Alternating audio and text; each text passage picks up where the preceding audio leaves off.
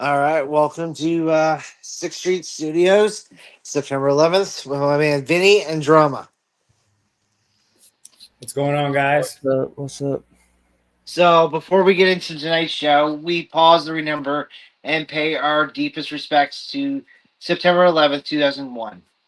Today marks another year, 24 years since the tragic morning when our worlds were shaken and thousands of innocent lives were lost. We remember the mothers, fathers, sons, daughters, brothers, and sisters who never came home. We honor the first responders, the firefighters, police officers, EMTs, and countless heroes who ran towards danger when others were running away. Many of them making the ultimate sacrifice. So, to those that we lost, to the families who still carry the weight of that day, and the heroes we showed that showed us what true courage looks like, you were never forgotten.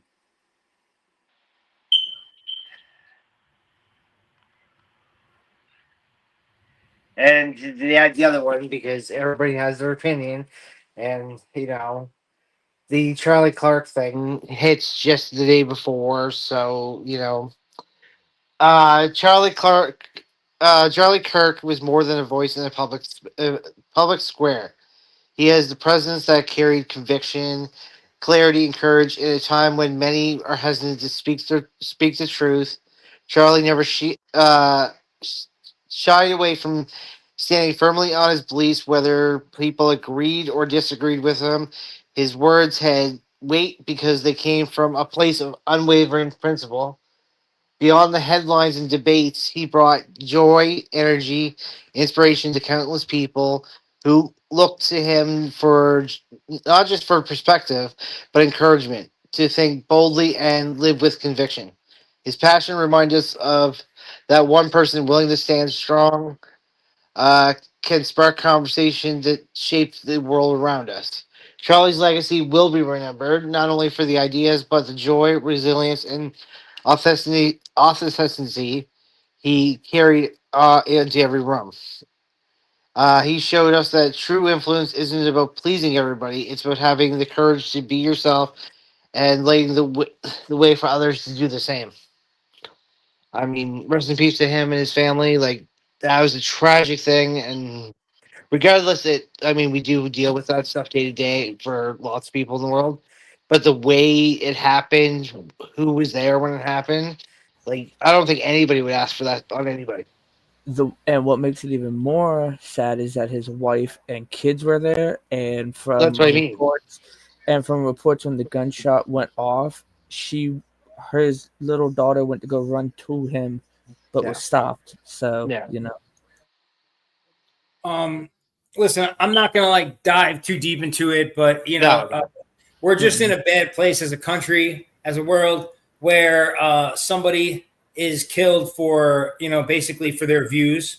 Um, and I'll leave it at that. On the 9/11 piece, I just want to say thanks for sharing that little bit in the beginning. As you know, I am a New Yorker. I did know some people, quite a few actually, that were greatly affected, and we did lose some friends and family during 9/11. It's been a long time. It will never get easier, and we'll never forget as a country, as a city. You know, so I appreciated that. I So I just want to add two things real quick. 9/11, I was two, so I don't remember it, right? So but I do You're have a lucky. grand. You're I have a lucky. I my grandpa is New Yorker, so I know what Vinny is, because he tells me stuff right about it. And a thing too was recently, before we get into the sports thing, Trump was supposed to be at the Yankee Stadium, and there's a manhunt for somebody that threatened him too. So I'm just saying that too, that it's crazy That's at times. the not Yankee surprising. Stadium. There's not surprising that he has been getting threatened. And well, it's kind of after Charlie Kirk, and then on 9/11, I just kind of find it Yeah, I don't know. Yeah. weird. People, this world is fucked some ways. Like really. So But at least we have baseball and mhm. football. I got the NFL on right now. So before we get into I'll get into baseball quick first. But next year, when they actually do New York versus New York on 9/11, how do you feel like that's gonna make New York feel like on a night like that? I mean, what it'll be like there'll be a grand tribute of some sort. I'm sure like for something like that, I wouldn't be surprised if they had like a New York artist perform at the beginning of it. You know what I mean? It'll be a big event. It'll be something cool. And I'm sure they'll do it right. So I think it'll be great. Do we know who's getting there first? Is it the Yankees home or the Mets home? I don't know. Oh, okay. They just said it's going to happen, but they haven't determined who gets home, I guess. I guess New York is New York, right? But I don't know who would want it. Queens and the Bronx. Listen, Queens and the Bronx are not the same place. Don't get it twisted. No, I know. No. Don't get it twisted. No, New York is not New York. Five boroughs, and they're all different. Oh, I know. No, that's what I'm saying. I know New York is New York, as I mentioned. They both play in New York, but their home is their home. Fact. I just feel like I don't know. Maybe the Yankees get first year and then they alternate. I mean, I've talked about this for years. I said, why don't they have this game on September 11th? I get it. Next year is the 25th anniversary, so it's but still, they should have been doing this a lot long before. There's a lot going on in New York City on this day around this time. Yeah. And so the stars just may not have lined up in the past for this to be the right move for the organizations. But like trust me, there's a lot that goes on. There's a lot of memorials. There's a lot, it'll always be a large day of significance, especially in the five boroughs. So, it'll be cool to see though, for sure. Yeah. I love a good Subway series. So the start of Subway sandwiches for the Subway series, need to get a Subway sandwich for the Subway series. Just saying. Oh yes. I don't think that's going to be the sponsor you want right now. No, not from Subway, but like New York. I know they have all different types of sandwiches. You could probably find it. No. I know I ain't New York, but it'd be a pizza place that would probably be the chef's kiss on a fucking New York sponsor. Yeah, definitely not. To be honest, if you're going to a Yankees game, you're probably going to the bar stands first, and then you're probably going to McDonald's afterwards. All right. Let's just call it what it is. If you're from New York, Unless you get into a fight with a Yankees fan, then that's probably a different story. Depends on how it goes, right? I mean. Oh, you don't want to end up in the precinct. That's the last thing you want. Yeah, true. So I shouldn't go to Yankees games wearing a Red Sox jersey. You should. Here's the thing. Yankees fans, just like at any stadium in the country, in any sport, it'll happen in Canada too, and I'm sure it has, right? Any drunk fans from any team see the other team's jersey, and they are going to act a little bit of a fool. It's going to be your response that dictates what goes on from there. You know what I'm saying? Kind of like last year where it was Dolphins, and a Dolphins fan killed a Patriots fan in the stands. He punched him and killed him, and I'm like, really? Come on. Listen, man. It's sports. At the end of the day, it's sports. It's meant to bring us together, not to divide us. Yeah, we have enough problems. We don't need more divisiveness, for sure. So, which division race looks the tightest? And what are the decisive factors to why you think it's the tightest? It's either the AL East or the AL West. Right. Both are contested within 3 games and 3 teams, and we're in the last 20 games of the season. Right. Yeah. Realistically, from what I've seen, I think the West is a little bit more of a contest where right now we're not seeing New York and the Red Sox kind of closing distance. They're staying right between like 3 and 4 games back. Where we've seen the Mariners and the Rangers get within 1-2 games, right? So I think that's definitely the tighter race right now. But the last you remember the schedule I showed you, the last like 8 games, 9 games, the Yankees have kind of a breezy schedule. So, Yes. they might be able to the AL East is going to be contested until probably the last game of the season. Oh, I guarantee it.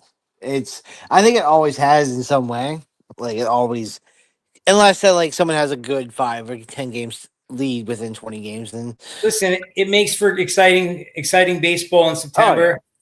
I wish it wasn't my team that was dealing with it, but it is what it I mean, is. yeah, I've got good blood pressure for a reason. yeah. So what about the NL though? Did you find anybody in the Titan NL? I think the way that the NL is right now, it's basically is how it's going to shake out, right? Yeah. I don't even know that I see like a seed might change, but not within the division, right? The teams that are, to me, the teams like the first place teams, like it looks like it's going to be the Dodgers, it's going to be the Brewers, and it's going to be the Phillies, right? But the where it could get tight is in that those extra positions for the wild card when you look at the Mets, the Cubs, and the Padres, right? But that's going to be those teams. But but I don't see it within a division. The gaps are pretty strong, and the Padres have kind of cooled off. So where they're the closest team, they don't really seem to be making too much noise at getting more than a wild card. What do you think, Drama? I can't agree more. I mean, I really don't watch baseball as much as I used to, but yeah, I can't agree more than what you just said. I mean, it's I don't know how to explain it, but it's Yeah, more. like we know the AL West is going to be tight right to the end. We know the AL East is going to be tight right to the end because Well, we've looked at schedules. The NL West might be because it could be the Dodgers, it could be the Padres. Like that's the only right sway I now, really see. see in the NL, it's like you kind of know it's going to be these 6 teams, right? Yeah, In the AL, there's 8 teams, yeah, right? So we still got the Rangers and the Red Sox in there too, and they're so tight, right? So it could the Yankees and the Mariners could get left out, right? yeah, The Red Sox and the Rangers could get left out. It could go to it could be both. It could be the Yankees and the Red Sox could make it in, right? It just yeah, depends, yeah.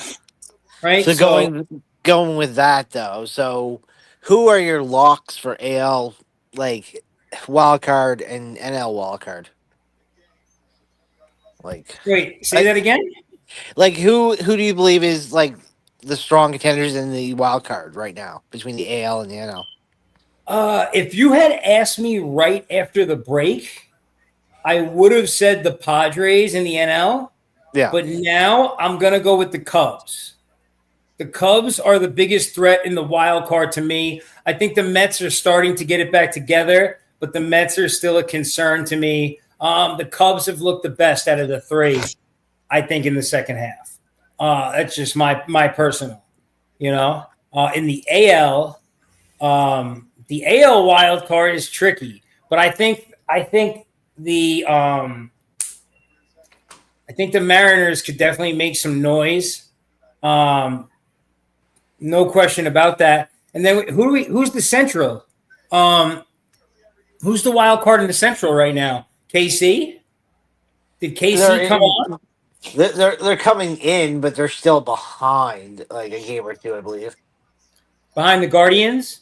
Yeah, but they're playing the Guardians tonight, so Oh, they're a half game Yeah, behind the Guardians. the yeah, the win loss is Guardians 74-71, and then Royals is 74-72. So I mean, Oh, and the Royals are winning right now. The Royals could take second place with this W. yeah. mhm.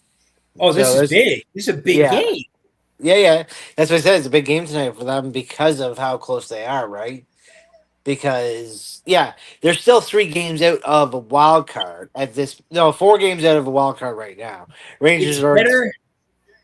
Sorry to Rangers are interrupt. given, but It's better for the sport of baseball for yeah, KC to make the playoffs than for Cleveland. Yeah. Bobby Witt is that big of a deal. People are excited to watch him. People from other markets are excited to watch him play baseball. There is nobody on the Guardians that I'm like, oh, I want to watch Guardian Oh baseball. yeah. No, 100%. You understand what I'm saying? So it's a bigger end with the comeback in the second half of the season. Oh, it'll be such a killer story if those guys make a wild card and get in. That's a dangerous team right now for sure. Oh yeah, they've learned to get things together, but I don't know. Texas was my sneaky pick for like the longest time. If I they think I make said it months ago. I said Texas. I gave you Texas, and I think I gave you St. Louis months ago. And St. Louis has kind of fizzled out, but I mean, St. Louis is only 4 games back from a playoff from number 6. So St. Louis got hot early in the season for a little yeah, while, and yeah, they looked. It was mid-season. like, ooh, this could be fun. Like St. Louis baseball, this is exciting. And then then they it just kind of just teetered. Trickled Right. off. Yeah. I mean, even the Giants had a 9-game win streak in the middle of this. Like they're only 4 games out, but they've had 9, 10 game win streaks and whatnot. And the Giants were like up, down, up, down, up. The Giants started out killer. Yeah. The first month of baseball, the Giants were rock stars. You know, I mean, like the first. Think about it. The first month of the season, you could argue that 3 of the 5 top teams in baseball were in the NL West. Right? That first month, the Padres, the Giants, and the Dodgers were rock stars. Yeah.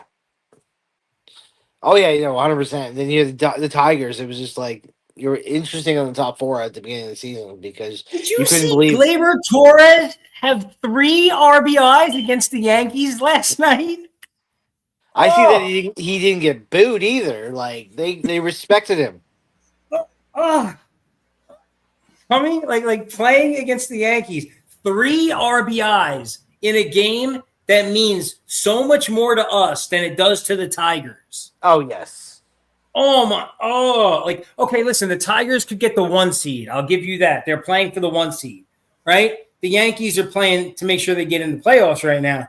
And oh my God, Gleyber put the nail in us last night, big time. So, which players are emerging as early frontrunners for like the MVP and Cy Young for both sides? The early frontrunners? Yeah. We're talking about this season, right? Yeah. But I'm saying like, who's your definitive number 1 right now? I'm gonna like, throw out right the obvious players like Judge and Shohei and all of that. Those are like would be the obvious, right? I mean, for MVP. Cy Young, I don't know. I do want to say Scrooble, but again, I don't know how he's been doing playing wise. So, other than that, I mean, I don't know. I mean, my early would be like Judge, but like depending on what Riley's done, he's slowed down. So I've always said it. You've heard me say it, Vince. Like, if he hits 54, he's more in contention. If he hits 56, yeah, he's definitely in contention. The NL, it's all over the place right now. I really don't know which way to go in the NL for MVP at this moment. It's like straight down the middle. Cy Young, same thing. Scooble's Wait. Hold on. Breaks. NL. It's straight down the middle. I need you to elaborate. Who is it straight down the middle with? Ohtani? Are we talking Pete Crow Armstrong? Yeah. Who? It's right down the middle. Like, I just don't know which way to go right now with it. Can we give the Rockies a participation trophy at least? For what? They played better than Chicago did last year. Exactly, a participation trophy for at least playing somewhat better. I mean, yeah. They showed up. Dude, they only have 40 wins. They have 1 more win to take. They need 2 wins, actually. They need 2 wins. Yeah, participation. What an awful season. What an awful season. 40 and 106 with a run differential of minus 386. Yo, I'm sorry. I'm like a little distracted. I just want to throw this out there. The Green Bay Packers look so good. Like they look awesome. I mean, they got a wide receiver that they've been missing. So you know what the reality is though? Like so now they've got like a true 1, but they've got like 7 wide receivers on their roster. They've got a big wide receiver room. Mm-hmm. But they look good now. They look good right now. It's 14-3, 3.5 minutes left in the second quarter, and they are driving down the field as we speak. I mean, who do you have as your NL? Because I know who you got your AL. Okay, so here's the thing that's tricky, right? On both sides, I think the NL is going to go to Shohei. I'm just call it what it is, unless something like dramatic happens. I think it's going to go to Shohei, even though he stinks at pitching now. I just want to put that out there. I just want Pete Crow. I would love to see Pete Crow win it over Shohei. Shohei hurts himself and he doesn't get MVP. It would be so much cooler to see Pete Crow, to see a Chicago Cub win it this year, an American dude too. Like, that would be cool. Like, I don't want to sound like a hater, but American pastime, right? So that would be cool. On the AL side, I don't know. I mean, if Riley's not going to dethrone Judge, like, I don't know who else could.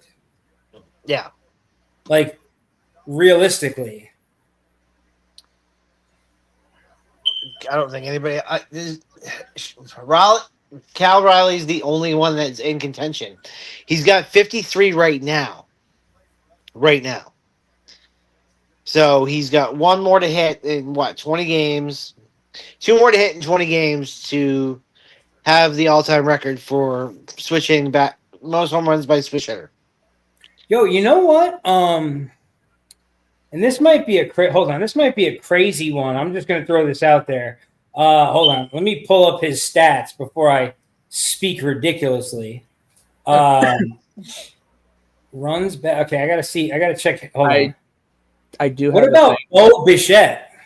He's only got 18 home runs, but he's got 94 RBIs. He's batting .311. He's got like 120 something hits on the season.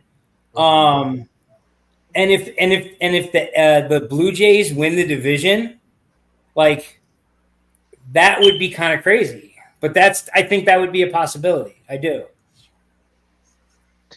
I mean, it is. I mean, but I mean, fuck. Who am I looking at here? I'm looking at something right now, which is from ESPN, and it has like the leading contenders, which is Judge and Riley, and then the next 8 they have Witt, Jose Ramirez, Julio Rodriguez, Vlad, Byron Buxton, Corey Seager, Jeremy Pena, and Cody Bellinger. And then Miguel Garcia for the Yankees. Yeah, I know. Okay, so you look at those stats, right? Yeah. And I'm going up and down on the stats. I'm looking at the stats right now, just on home runs based. Home runs based right now. Like, Suarez has got 45 in the AL right now. Like, I mean, his name's not mentioned. He's got 45 home runs. Joe Adele's, as you said, like Bo Bichette, Joe Adele's got 35 home runs, 94 RBIs, but he's batting at .242. And so, I mean, like, there's tons of guys that are doing amazing. Like, Riley Green's doing well in Detroit, for example. He's having a good season. He's got 33 home runs with 107 RBIs. That's impressive. Yeah. Who else is here? Like, Suarez has got 45 home runs with 109 RBIs, and he's only one under Judge, and he has 9 more RBIs. But he's batting at 230. He's batting at 233, while Judge is batting at 323. Like, it's insane. So he's not even guaranteed to get a hit in 4 at bats, where we know Judge is hitting every 3. Yeah, but they're, like I said, they're off by a home run. Like, well, here's the thing, though, right? Isn't Suarez on 2 teams this season? Yeah. So I don't like it's. I feel like it's tough to call him the most valuable player because, like, how much did he mean to the first team, right? Give me Schwarber then. his value for the first team was to be traded. Yeah. Okay, what about Kyle Schwarber against Ohtani? I was looking at Schwarber, but I mean, you know what?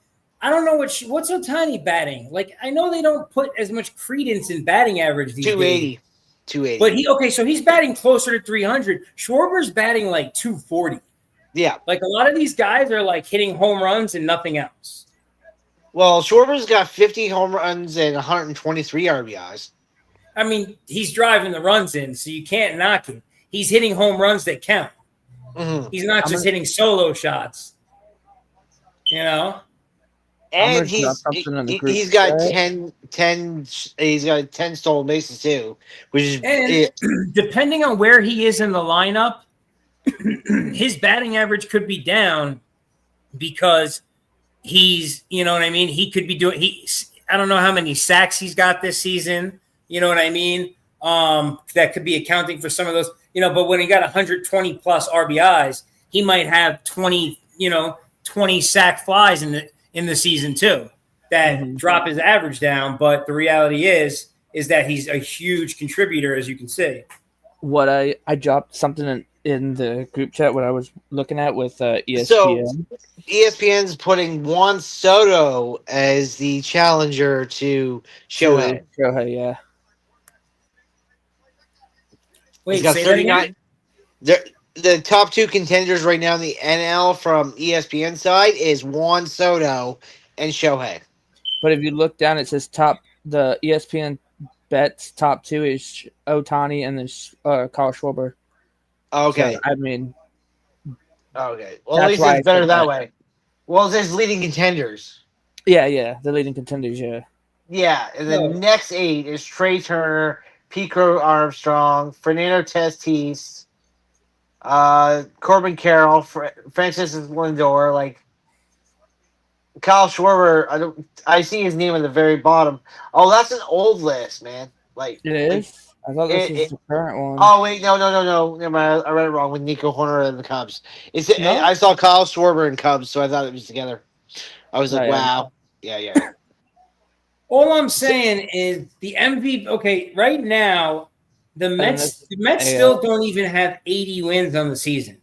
Mm-hmm. Like, the Mets need to get to 80 wins. You're not going to tell me that a team with less than 80 wins on the season has the most valuable player. I don't know, man. I don't know if I'm buying that. Yeah. And then that's the AL one. Yeah. So, where's that last 4 or 5? Oh, get there right quick. All right. So, as we're talking these stats, how much does run differential as of now predict final playoff positioning or award winning, or as you said, award voting? Like, how much is the run differential?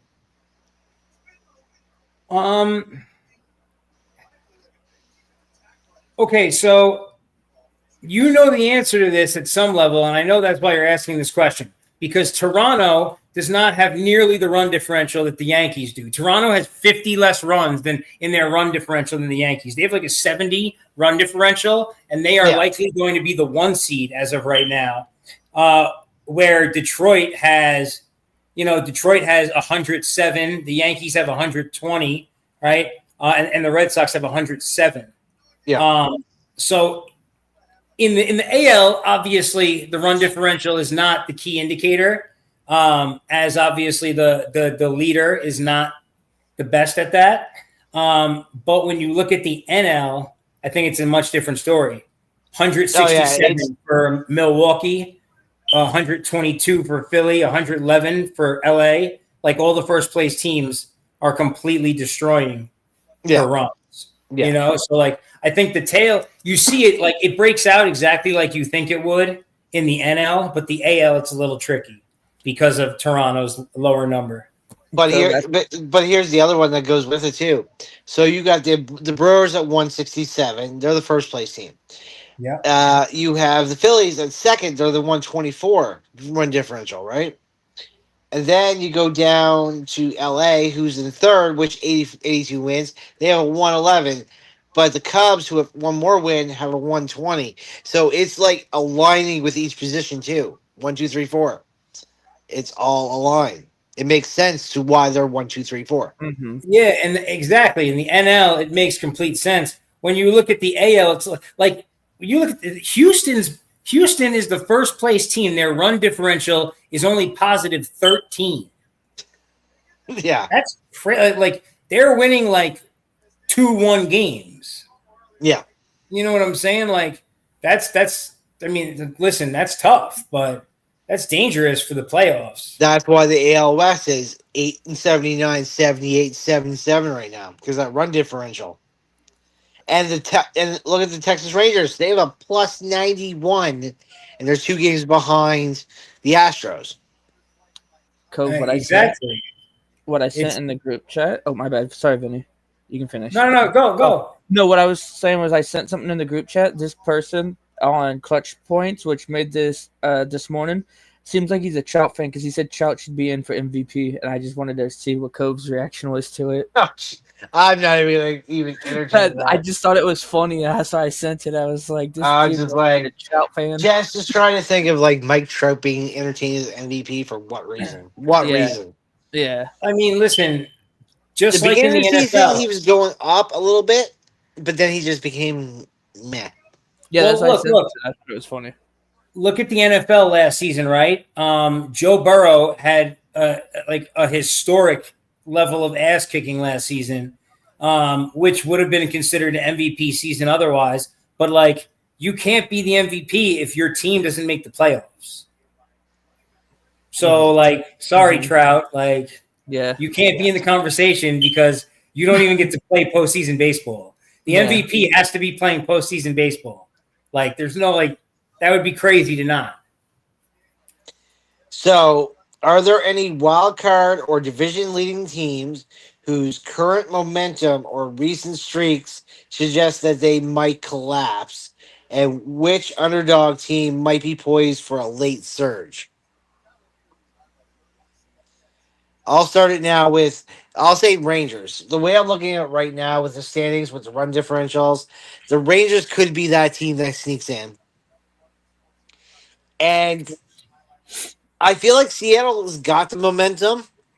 And this would be my wildest take for right now, because I'll probably be dead wrong. But you have Seattle and Texas shoot up on the West. It shoots the Astros right out. And then the Astros do not make the playoffs. See, I'm all in the AL West, but slightly different. My thought process was that Texas comes on and the Astros stay consistent and Seattle fizzles out. But I think it's going to be the AL West that we're going to see that just because, right? It's got to happen with one of the teams because, right, all three of them can't just kill it the rest of the season, I guess. Right? Imagine they all just they got to play out. each other at some point, I think. Yeah, well, yeah, probably they are. They are in the same division, so. Mm-hmm. So that's where it's going to matter. That's where all that jockeying on the AL West is going to be. The final 12 games. The Rangers' next 6 games are the Mets and the Astros. Okay. So, they got to get through that. And then they finish up and they have the Marlins, Twins, and the Guardians. Okay. So they only have to play. They really got to take the Astros. They got to take 2 out of 3 out of the Astros for sure. Yeah, that's a must-win series. Yeah, that's a fact. But what about Seattle? Huh? What about Seattle? What does Seattle finish with? Hold on, Seattle. September schedule. Let's see what we got. So they're in the Angels now. After the Angels series, they go to KC. Then after KC, they got the Astros. Then they got the Rockies, and then they got the Dodgers. See ya. They got the Astros, KC, and the Dodgers. Oh, damn. Yeah, so I'm gonna go with the Mariners are out. and I'm gonna take the Rangers getting in there. That's my collapse, and that's it's right there. One division. The craziest way I'll go with the NL is somehow the Mets because the Cubs, I think are solid in there for a wild card for sure. Padres are kind of slipping a little bit, but not enough. So the Mets, if anything, it could be Cincinnati, it could be San Francisco. Right now, I'm putting my money on Cincinnati as being the long shot to knock the Mets out. That would be crazy. Yeah. Don't get me wrong. They're only 2 games behind the Mets, so Yeah. it's very feasible. It's not like I was going to say Chicago. Chicago is like a first place team. If Milwaukee isn't there, Chicago's a first place team. Chicago's got 83 wins already. Chicago's getting in there. But yeah, right now it would be. Listen, to see Cincy knock out the Mets would actually be incredible. Yeah. I wouldn't even be mad. Maybe we get to see some Ellie De La Cruz magic in the playoffs. That would put the Dodgers against the Reds in round 1. Right now, if that's the way it was. I don't know how that would go. Yeah, that's a little I don't know. The Reds would be stoked. Honestly, so if you think about the Mets-Dodgers series last year, the Dodgers see Cincy knock the Mets out, they're going to be stoked. Yeah. Oh, thank you. We did not have to deal with that again. So as we move over to the NFL, I only really got to 5 for what I think are 5 best matchups. So right now, number 1 question pertains to tonight's game. So Commanders at Packers, minus what we know the score is. Which side has the bigger advantage? The Packers defense or the Commanders offense flexibility? Packers. No doubt. Packers. Right now, Packers. I would have said the Packers before the game. Yeah. But if you've been watching the game, Jaden Daniels has 49 passing yards in the first half. So unless he's going to pull out a JJ McCarthy, I don't know, man. It's already quiet for this team. I mean, do you really see? Do you think Jaden Daniels is going to turn it up this second half? Or he's just going to relax? I don't think he's going to relax. I don't think that's who he is, but I don't know. We'll see. We're going to see. It'll be exciting if he does. Mm-hmm. I don't mean relax and pop off. I'm saying, do you think it's phasing him in any which way, or do you think he's just going to be relaxed, whether he loses this game or not? No, he's cool, calm, collected. He's a really poised dude. I would have said, if there was a way to give rookies MVP last year, I would have given it to Jaden Daniels last year. I want to see Jaden Daniels of last year now, coming in and showing up the Packers hey, I'm here to play and you need to, kind of lock it down in a way. Mm-hmm. So Raiders versus Chargers. How important is coaching adjustments in this early season class, particularly for the Raiders? Well, I don't. As of right now, I don't know. I think that both Harbaugh and Carroll are coming in with a huge game plan. Both teams are gonna be extremely well prepared. But then I think, of course, I think this goes without saying in any game. It's the adjustments that are made at halftime that are going to decide the outcome, right? Mm-hmm. So whichever coach, does the real coaching up at halftime, I think is going to be the one who comes out, right? Also, so, but I think both teams could do this. Also, the Raiders don't have Brock Bowers as of currently. He's listed as questionable, so that could be a deciding factor too, because Geno doesn't have his tight end, right? So, I mean, it just depends on if he's out for that game to see how he can do, without Bowers, who is one of the best tight ends as of right now, plus last year, So, it just depends. Because Harbaugh is good. He's not like his brother on the Ravens, which Don't get me started with that fucking game. No, it's actually this time it's Falele and Harbaugh, but that's a different story. Hmm. Oh Because yeah. I mean, Falele, oh my you're god. you're gonna love question 3 then. So, so the Ravens versus the Browns. Which part of their weakness from week 1 do you think is gonna hurt them for week 2 in this divisional match? Falele, Falele, if he don't get his fucking shit together. You're solely blaming it on him. Well, if you watch the highlights and the way that yes, I'm on him and Harbaugh. Those are the two I'm blaming it on. Because if you watch that game, you can see what I was talking about against the Bills. Because there's certain players, Falele looked like he's like, oh, he can guard this person, and the next thing you know, it's like he's just standing there like, oh, what am I doing? You know. But I think now, well, it's the Browns. I mean, I hope we can beat the Browns, but we're gonna be in at home, so I think we'll get at least beat the Browns at home because Flacco's gonna be back. So it's gonna be a small little rivalry between those two, Flacco and the Ravens.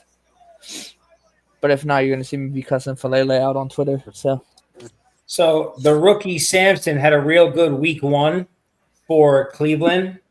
I think that's going to be a key to the game for the Ravens is just making sure that they can't establish a run game, kind of keep it in Flacco's hands. Flacco's bound to even Flacco will throw a couple touchdowns, but he'll throw a couple of interceptions too. Oh yeah, definitely. They just need to contain Sampson.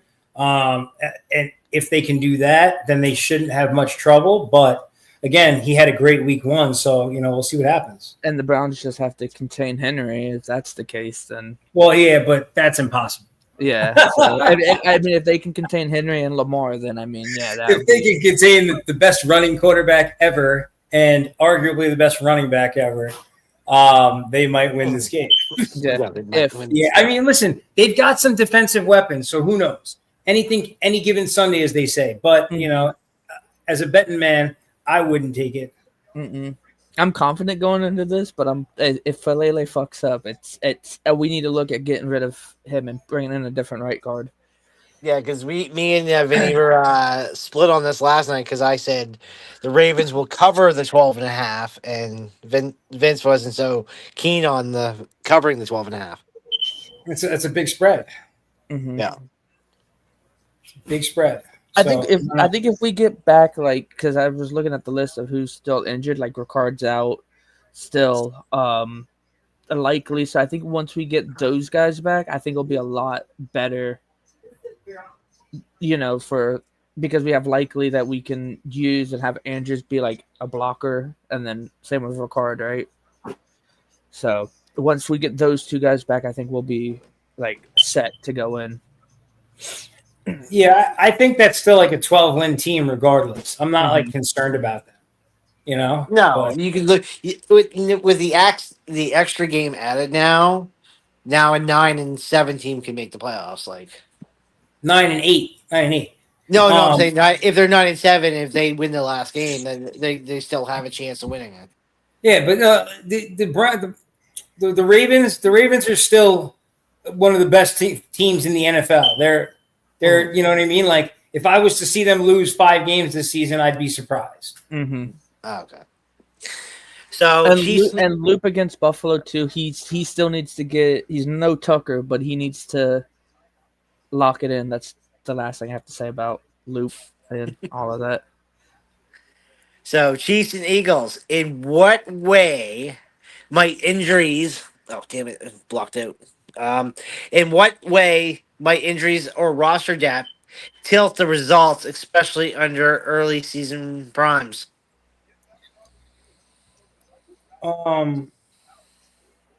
Tilt the gap? What'd you say? Under early season primes. Speak English. I know I have issues with that most of the time. He doesn't listen. It's all right. Oh my gosh. Yes. They're stars. They're primaries. Oh, okay. All right, listen. No, he guy knows all the jargon, I guess. Excuse me. They're primes. They're primaries. In any case, I think it's completely irrelevant. The Eagles are going to kick their asses. I'm a Giants fan. I hate the Eagles. I do not expect to see this be a good game, at least not from what I saw from both teams in week one. But, it's the Chiefs, so I guess you can't count them out. Mm-mm. But I'm not expecting to see a game where like the Chiefs have control of it at any point. I think that they're going to get dominated. I think if they get into, well, again, it's going to be a revenge game for the Chiefs, right? Again, because the Super Bowl. But I think if you can get in Mahomes' head like we saw week one, I think Eagles will take it. And have Jalen Carter spit in Travis Kelce's face, I think that would be even better. So, but Jalen Carter is. But I don't, like I said, it could go either way, right, with both of these teams, but I don't know. Mahomes is not looking like himself, so I think we were expecting to see a Mahomes hump, like where he'd get down a little bit. I was never expecting Mahomes to be 5, 6, 7 years, 8 years like straight of just this run. I figured 5 years is a good run. He's been doing this for 7 now, so this is like year 8 for him now, basically. And this is where you're gonna see this team like we're gonna question like are they gonna be a dynasty in the next 5 years or are they not? Like how is he gonna play with Kelsey this year? How is he gonna play with Kelsey well, if also, Kelsey retires next year? yeah, that's true. Because don't forget, if Kelsey is retiring, he's basically losing his best friend and best tight end. So he's like trying to, adjust of, But we've all seen that. you We've had know. seen some of the league's best tight ends we've ever seen in our life have those moments, and it didn't really equate to much either. Yeah, I think they'll be fine. I'm not like concerned about them. I just like the Super Bowl champion Eagles are that good of a team. Yeah. Oh yeah.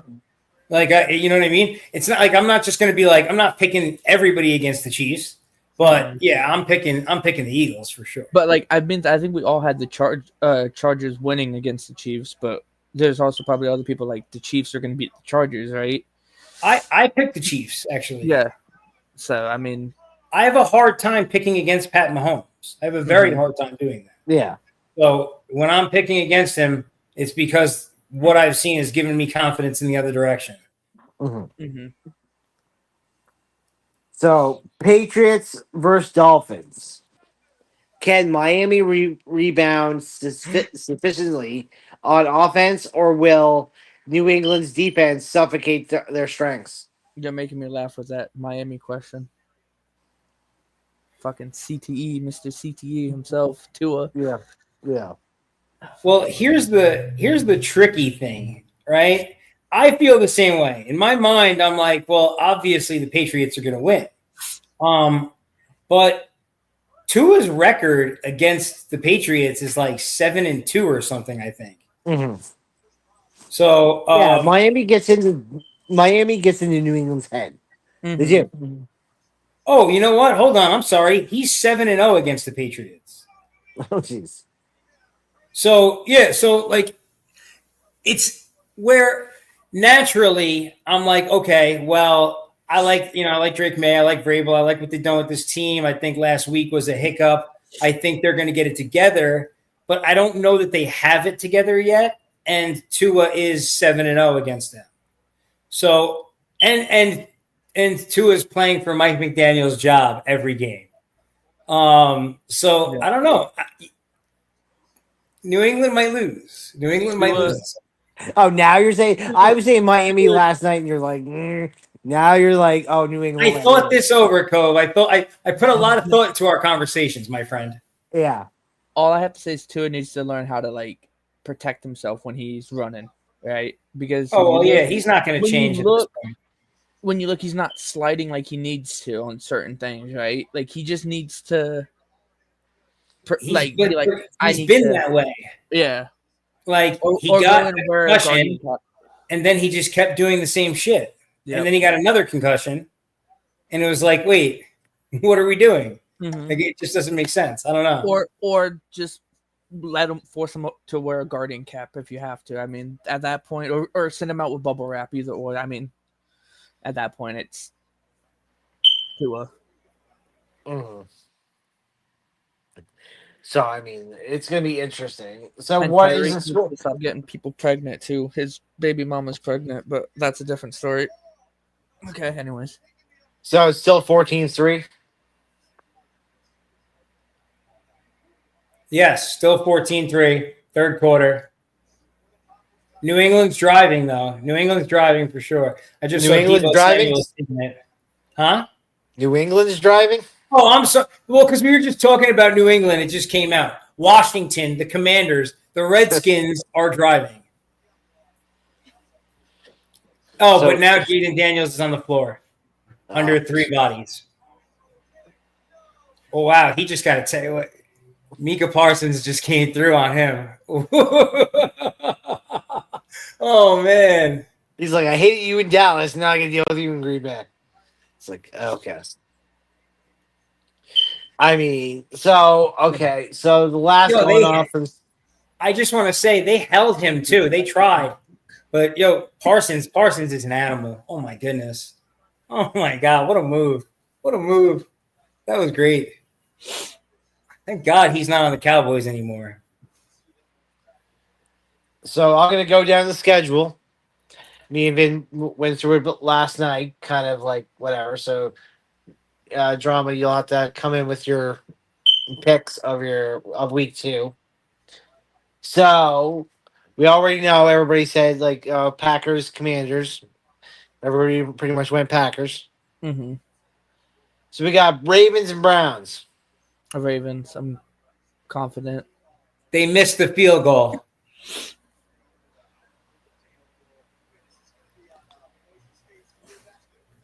All right. So Vinny? Packers. Oh, yeah, you got Packers, but Ravens, Browns. Oh, Ravens. Right.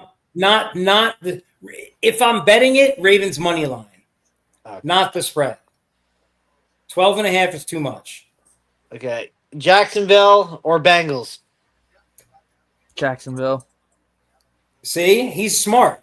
This is a tricky game. This is a big tricky It is game. a tricky game, but you also have to put into consideration of Burrow because don't forget he doesn't have his O line's still not perfect, right? Jacksonville's defense isn't terrible. No, neither is the Bengals defense. So, but again, Jacksonville also has someone that can play 2 positions too. So that really depends on how they utilize Hunter, right?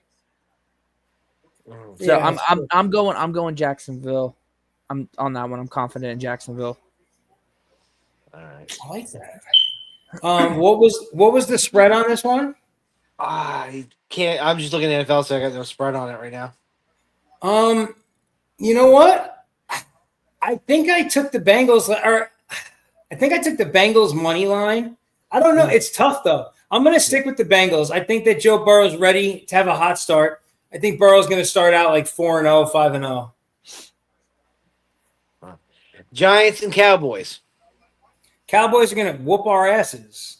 I had them on covering the -6. Yeah, remember that one. Yeah, they'll beat us by a touchdown. Giants because Dak.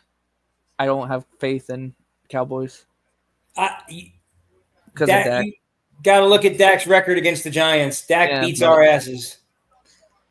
But I know how COVID's with Dak, so I'm going. Oh yeah. But I got Dak on the win though. Dak on the win. Yeah. Bears and Lions. Who gets their first win? Yo, so drama. What's your take on this? This is a must-win game to me for both teams because, I don't know what's going on with or maybe it's not a must-win for the Lions, but the Lions need to show this week that their offense has it together. Well, it's because they looked lost last week. They did. It's kind of like a rivalry game because Chicago and division Lions. Yeah, so I mean, I think the Lions will get their shit together, especially because it's Dan Campbell and if you saw against the Bears in Week 1, the Bears looked horrible. So I think that the Lions will shut the Bears down. It just depends on how the O-line is and Goff is, but I think they got him. Then we got the Patriots and Dolphins. Patriots. I have the Dolphins on this win. Patriots or Dolphins if Tua can not get CTE this time. It's crazy, right? Because we talked about all these games last night, and now my mindset is completely different on all of them because I had time to think on all of them. And with Tua, and of course, he has Darren Waller at his tight end. But again, it's like I want to go Dolphins, but I know how Tua is. That's the only thing. And how Tyreek's been too. So it's like I don't know. Okay, Niners and Saints. Well, Purdy's out. They got rid of Mac Jones. Yeah, Mac Jones. They got rid of Purdy's out and Moody's gone. So I'm going to probably say Saints. Spencer Rattler's first win in the NFL? Maybe. Saints against 49ers. I mean, and they don't have Kittle, and they also don't have Kittle either. So I'm gonna say maybe Saints, unless the 49ers defense steps up. But it's Saints. I mean, I can always change. It's gonna be like a 1-point game. Yeah. Oh, let's give me a field goal for sure. And I have the Niners covering on the field goal. Bills versus Jets. Bills. I think we all know where that's going to go. Yeah, Bills. It should be the Bills. Yeah. Josh Allen's playing out of his mind right now. So yeah. So I mean, Justin Fields is new, but it's like new for the Jets. But I mean, Allen's just Allen right now. Seahawks versus Steelers. Steelers should win. DK is going to be back in. Oh wait, is it Seattle? Are they playing in Seattle? Yeah, they're in Pittsburgh. Okay, I was going to say then I was going to say it would be a DK game, but I'm going Steelers. I'm actually surprised Roger hasn't blown his calf out yet. So not yet. Not yet, but I'm going Steelers. He Rams and Titans. Rams. Yeah, I have the Rams myself. Yep, Rams. My wife picked the Titans. Oh. Okay, Panthers and Cardinals. This should be the Cardinals, right? Yeah. They looked really good week 1. Everyone's got high hopes for them this season.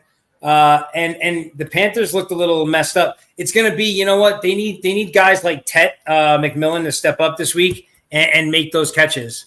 Nothing fancy, not trying to do these one-handed grabs. The Panthers could definitely win it, but right now I would go with the Cardinals. I have the Cardinals. And Kyler Murray does look locked in.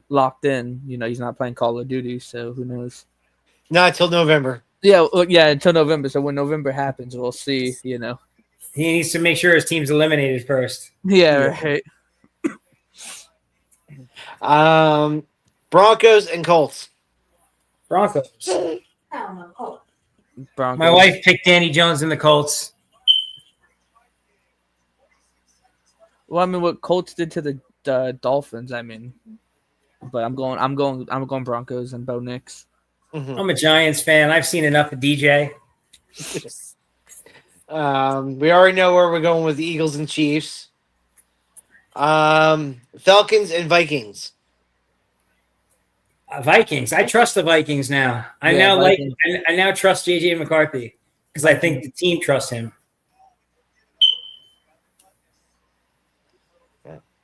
Buccaneers and Texans. Oh, this was a tough one. Yeah, this could go either way. Who you picking, Drama? I don't know. I'm gonna say Bucks and Baker. Yeah, I got Bucks on the 3. Like they're all like a minus. They're a plus 1.5. I'm gonna throw it out there. Baker game winning touchdown. That's what I'm gonna go with. Hmm. It's gonna be close, and Baker's gonna throw game winning touchdown to Mike Yep. Evans. And then me and Vin got the opposite on this one because I have the Chargers over the Raiders. He has Raiders over the Chargers. Chargers. He's like, oh, really?